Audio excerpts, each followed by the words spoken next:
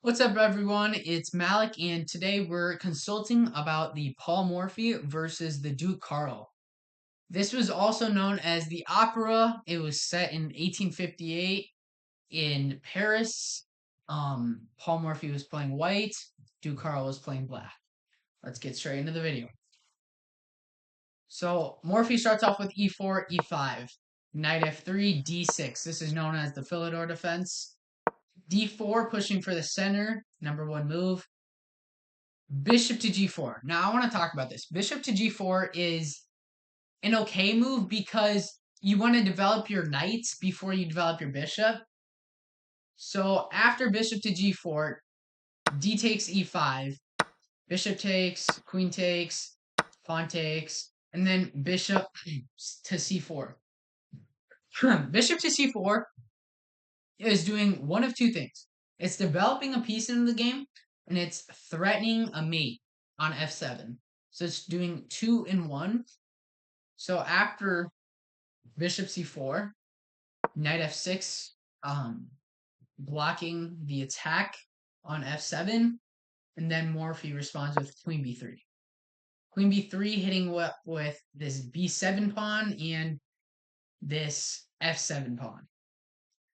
After this, Carl goes queen e7, protecting the pawn here. And then Paul Morphy does knight c3. Now, knight c3 isn't the best move in this situation because he just had a free pawn right there. And there was a video that was going around of Magnus saying that if Paul Morphy would have just took that b7 pawn, he would have been in a way better position. So after knight c3, c6 is played. c6, the point of c6 is to protect the pawn in b7 from being attacked. After b7, or c6, excuse me, bishop to b5, g5, pinning the knight to the queen. And then Carl goes b5. Now b5 is a mistake because Morphy can sack the knight on b5. A brilliant move. Sacking the knight. Now the pawn takes, and then the bishop takes, and he's in check, so he has to block with the knight. And then long castling is the way because it does one of two things. It attacks the knight, putting pressure, and it gets our king to safety. After castling queenside, then Duke Carl goes rook d8. Now rook d8 is the best move in this situation, protecting the knight here. But notice just how all of his pieces are surrounding his king. Like, these pieces aren't doing anything to contribute. But then you can notice Morphy's, his bishop, his other bishop, his queen, his rook. This rook isn't doing anything quite yet, but it will be in next move. So after rook d8, it's rook takes d7. And then rook takes d7, rook d1. Rook d1 is played because to put more pressure again. He can't take here because he's pinned.